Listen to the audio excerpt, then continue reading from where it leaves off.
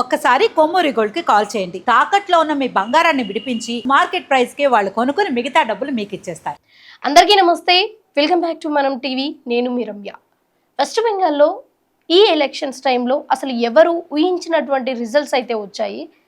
అసలు ఎవ్వరు కూడా ఊహించలేదు, అంటే ఇంత భారీ మెజారిటీతోని బీజేపీ ముందు స్థాయిలో ఉంటుంది అనేది. ఇక్కడ ముఖ్యంగా అందరూ కూడా మమతా బెనర్జీకి బాయ్ బాయ్ మమతా దీది అని కూడా చెప్పుకొని రావడం జరుగుతుంది. ఇక ఓవరాల్గా వెస్ట్ బెంగాల్లో అయితే కాషాయపు జెండానే ఎగిరేలా కనిపిస్తుంది కాదు, మోస్ట్లీ ఎగిరే అవకాశాలే ఉండొచ్చు. ఎందుకంటే మనం ఇక్కడ చూసుకున్నట్లయితే ఈ వెస్ట్ బెంగాల్లో మొత్తం సీట్లు వచ్చేసి 293 సీట్లుంటే దాంట్లో మ్యాజిక్ ఫిగర్ని దాటి కూడా మన బీజేపీ 191 అయితే సీట్లు గెలుచుకోవడం జరిగింది. అంటే ఇది ఎంత భారీ మెజారిటీ అంటే ఆల్రెడీ మ్యాజికల్ ఫిగర్ని కూడా దాటేసింది. సో దీనికంటే అసలు టీఎంసీ ఏ స్థాయిలో వాళ్ళ సీట్స్ అనేది లేకపోతే వాళ్ళ మెజారిటీ అంతా కూడా కిందికి పడిపోయింది అని మనం చెప్పుకోవచ్చు. ముఖ్యంగా అసలు టీఎంసీకి ఇంత తక్కువ సీట్స్ రావడానికి కారణం ఏంటి?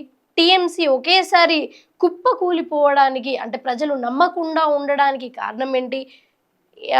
ఇదంతా కూడా ఒకసారి మనం చూసుకునే ప్రయత్నం చేద్దాము. అండ్ ఆల్సో ఈ ఎలక్షన్స్ కంటే ముందు కూడా మమతా బెనర్జీ ఏవైతే ఆరోపణలు చేశాయో బీజేపీ పైన, దానికి సంబంధించి కూడా మనం మాట్లాడదాం. సో ముందుగా మమతా బెనర్జీ చేసిన ఆరోపణల విషయానికి వచ్చేది ఉంటే, మమతా బెనర్జీ సీసీటీవీ ఫోటేజ్ ఒకటైతే రిలీజ్ చేయడం జరిగింది. దాంట్లో ముఖ్యంగా బీజేపీ ఈ ఈవీఎం మిషన్లను దాంట్లో ఏవో అవకతవకలు చేస్తున్నారు, ఎవరికి ఓటేసినా సరే బీజేపీకే ఓటు వచ్చేలా అయితే ఈ ఈవీఎం టీం అంతా కూడా బీజేపీకే సపోర్ట్ ఉంది, ఎలక్షన్ టీం అంతా కూడా బీజేపీకే సపోర్ట్ ఉంది అని చెప్పడం జరిగింది. సో దాంట్లో భాగంగానే మమతా బెనర్జీ ఎలక్షన్స్ ముందు అంటే ఈ కౌంటింగ్కి ముందు కూడా బయటకు వచ్చి ప్రచారం చేయడం జరిగింది. అండ్ బీజేపీలో ఏదో జరుగుతుంది, సో మాకు తెలియకుండా టీఎంసీని దెబ్బ పడే అవకాశాలు కూడా కనిపిస్తున్నాయి, ఎందుకంటే బీజేపీనే వీటన్నిటికీ కారణం అని చెప్పుకొని వచ్చింది.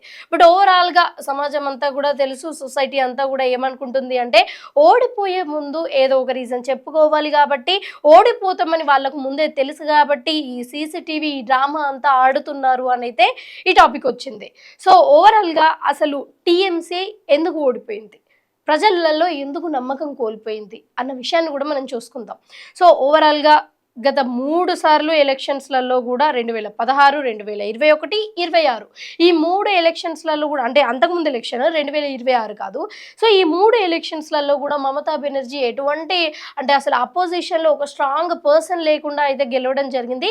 మరి ఎందుకు ఇన్ని సంవత్సరాల వరకు ఒక మమతా బెనర్జీకి ఒక స్ట్రాంగ్ పర్సన్ లేరు, అపోజిషన్లో లేరు అంటే, ఉంటే కూడా అతను ఓర్చుకోదు, ఎవరైనా అపోజిట్ వచ్చినా సరే వాళ్ళని లేపేస్తుంది అన్న టాక్ అయితే అక్కడ చాలా వరకు ఉంది. అండ్ ఈ టీఎంసీ ఒక రౌడీయిజం ఎలా ఉంటుంది అన్నది మనం ఒకసారి చూసుకున్నట్టయితే, అంటే మనందరికీ తెలుసు, మోస్ట్లీ ఇప్పుడు ఎలక్షన్ టైం అయిపోయిన తర్వాత ఎగ్జిట్ పోల్స్లో అందరూ వచ్చి కూడా అసలు మీరు ఎవరికి ఓటేశారు ఏంటి అన్నది అడుగుతూ ఉంటారు. కాబట్టి సో ఇప్పుడు గవర్నమెంట్లో ఉన్నది టీఎంసీ.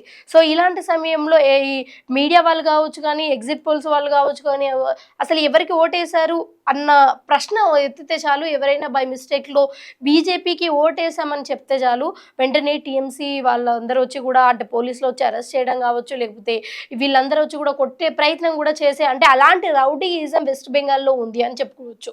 అండ్ పావర్టీ రేట్కి వచ్చేసరికి అసలు వెస్ట్ బెంగాల్లో నార్మల్గా ఇప్పుడు ఫ్రీ బస్ ఇస్తే ఎందుకు అంతలా ఎగబడ్డారు, లేకపోతే ఆ పథకానికి ఎందుకు అందరూ దాసోహం అయ్యారు అంటే కూడా ఈ పావర్టీ ఒక రీజన్ అని చెప్పుకోవచ్చు. మోస్ట్లీ ఎడ్యుకేషన్ కూడా చాలా తక్కువగా ఉంటుంది. చాలా వరకు ప్రజలందరూ కూడా చిన్న చిన్న పనులు, అంటే లైక్ ఇప్పుడు గవర్నమెంట్ ఇచ్చే చిన్న చిన్న పనులు ఉంటాయి కదా, ఈ ట్యాంకులు క్లీన్ చేసుకోవడం కానీ, లేక్స్ని క్లీన్ చేసుకోవడం కానీ, ఇలాంటి పనులకు మాత్రమే ఎక్కువ ప్రాధాన్యత ఇస్తారు. సో అక్షరాస్యత చాలా తక్కువ ఉంది అని చెప్పుకోవచ్చు. అండ్ మోస్ట్లీ ఇక్కడ చూసుకున్నట్టయితే ఇన్ఫ్రాస్ట్రక్చర్ డెవలప్మెంట్ కూడా చాలా వరకు తక్కువగా ఉంది. ఎవరైనా సరే మనందరికీ ఒక మూడు సార్లు ఎలక్షన్స్లో ఒకరే గెలిచారు అంటే ఏదో డెవలప్మెంట్ ఎక్కువగా కనిపిస్తుంది అని అనుకుంటాం. ఎందుకంటే ఒకసారి ఎలక్షన్లో గెలిస్తేనే ఈ 5 yearsలో ఏం పని అవుతుంది, అసలు టైం సరిపోలేదు అని చెప్తూ ఉంటారు రాజకీయ నాయకులు. బట్ మమతా బెనర్జీ విషయంలో అలా కాదు, 3 అంటే 3 times ఒకేసారి తను గెలిచింది కాబట్టి ఈ 3 ఈ 3 ఎలక్షన్స్ టైంలో అసలు తను ఏం చేసింది, ఏం డెవలప్మెంట్ చేసింది అన్నది చూసుకున్నట్టయితే ఇన్ఫ్రాస్ట్రక్చర్ అండ్ డెవలప్మెంట్స్ విషయానికి వచ్చేసరికి చాలా నిల్ అని చెప్పుకోవచ్చు. ఎలాంటి కొత్త ఇన్ఫ్రాస్ట్రక్చర్ కానీ, ఐటీ కంపెనీస్ కానీ, లేకపోతే ఎడ్యుకేషనల్ పరంగా కూడా అసలు అక్కడ ఏమైనా డెవలప్మెంట్ ఉందా అంటే అది కూడా లేదు.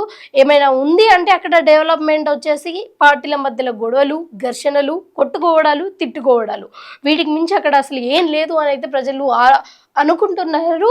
అందుకే ఇప్పుడు బీజేపీ వైపే మొగ్గు చూపారు అని కూడా చెప్పుకోవచ్చు.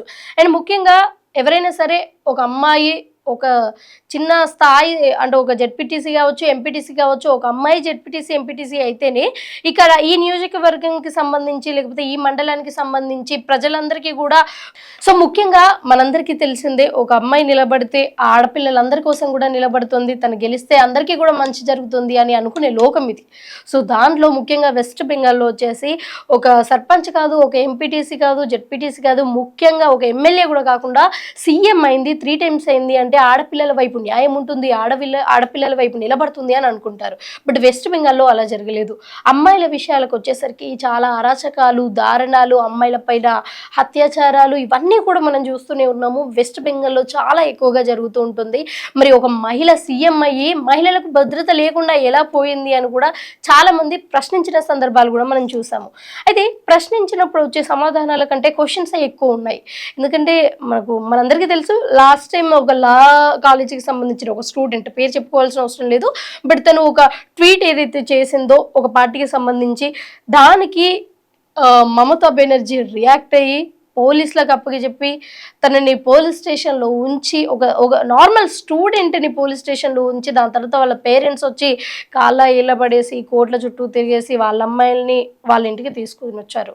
అంటే దీన్ని బట్టి మనం చెప్పుకోవాల్సిన విషయం ఏంటి అంటే మమతా బెనర్జీ కక్ష కట్టితే ఒక అమ్మాయి అయినా సరే అసలు ఎలా చుక్కలు చూపిస్తుంది అన్నది.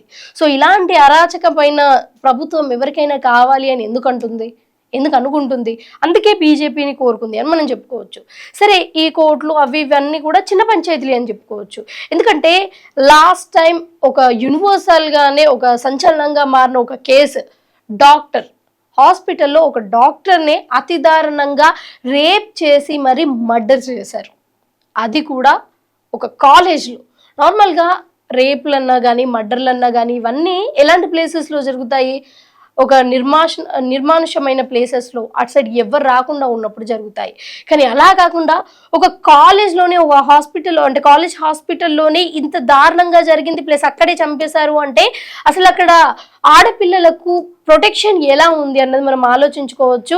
అయితే ఈ కేసు అంతా కూడా ప్రపంచం అంతా కూడా ఒక సెన్సేషనల్గా మారింది.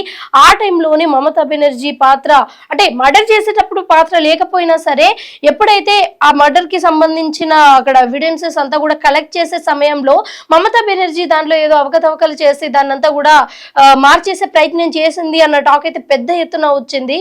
సో ఇది కూడా ఒక మేజర్ పాయింట్ అని చెప్పుకోవచ్చు, వాళ్ళకి నెగిటివ్ పాయింట్ అని చెప్పుకోవచ్చు. ఎందుకంటే ఎప్పుడైనా సరే ఇలాంటి అఘాయిత్యాలన్నీ కూడా జరిగినప్పుడు ప్రజలలో ఎక్కువగా గుర్తుండిపోతూ ఉంటుంది. సో ఇలాంటి సందర్భాల్లో అయితే ప్రజలకు బాగా గుర్తుండి సో ఆ నెగిటివిటీ ఇంపాక్ట్ అయితే పడే అవకాశం ఉండొచ్చు. వెస్ట్ బెంగాల్లో బీజేపీనే ఓన్ గా కూడా ప్రభుత్వం క్రియేట్ చేసే అవకాశాలు అయితే ఇక్కడ కనిపిస్తున్నాయి. ఎందుకంటే దాదాపుగా 293కి 191 అంటే ఈ అంకెలు ఇంకా కూడా మారే అవకాశం ఉండొచ్చు. మోస్ట్లీ అయితే 200 కూడా కావచ్చు. కానీ ఇంత పెద్ద ఎత్తున ఘన విజయం సాధించడం అయితే చాలా ముఖ్యం. అండ్ దీనికి మనం అభినందించాల్సిన విషయం ఏంటి అంటే గత 2016లో చూసుకున్నట్టయితే బీజేపీ చాలా తక్కువగా గ్రౌండ్ స్థాయిలో కూడా అక్కడ బలంగా లేని పరిస్థితి అయితే నెలకొంది. బట్ అక్కడ నుంచి 2016 నుంచి కూడా 2026 వరకు బీజేపీ జర్నీ వెస్ట్ బెంగాల్లో చాలా ప్రాధాన్యతగా ఉంది. ఎందుకంటే 2016లో కేవలం 3 సీట్లతో అంటే 3 సీట్లు మాత్రమే గెలిచింది. సో దాని తర్వాత 2021లో వచ్చేసి 70 సీట్లు గెలిచింది. అంటే 3 సీట్లకు 70 సీట్లకు ఎంత డిఫరెన్స్ ఉండొచ్చు. గత 5 సంవత్సరాల్లోనే బీజేపీ గ్రౌండ్ స్థాయిలో ఎంత బలిష్టంగా నిలిచి ప్రజలలో నమ్మకం సాధించింది అని చెప్పుకోవచ్చు. బట్ ఈ 2026లో వచ్చేసరికి అసలు పూర్తిగా మారిపోయింది. అసలు టీఎంసీ ఓట్లు మనం చూడొచ్చు, అసలు వాళ్ళు గెలిచిన సీట్స్ కావచ్చు, వీళ్ళు గెలిచిన సీట్స్ కావచ్చు, ఒక్కసారి డిఫరెన్సెస్ చూసుకుంటే పూర్తి స్థాయిలో టీఎంసీ కిందికి వెళ్ళిపోయి ఒకేసారి 2026లో చూసుకున్నట్టయితే ఈ వెస్ట్ బెంగాల్లో బీజేపీనే రూలింగ్ పార్టీగా మారింది. సో మీరేమంటారు? అసలు మమతా బెనర్జీ ఈ ఈ ఎలక్షన్స్ టైంలో చేసిన ఈ రూలింగ్ ఏదైతే ఉందో మీకు నచ్చిందా నచ్చలేదా, అసలు ప్రజలు ఎందుకు మమతా బెనర్జీని హేట్ చేస్తున్నారు, ఇదంతా కూడా మీకేమనిపించిందో కూడా కింద కామెంట్ సెక్షన్లో కామెంట్ చేయండి.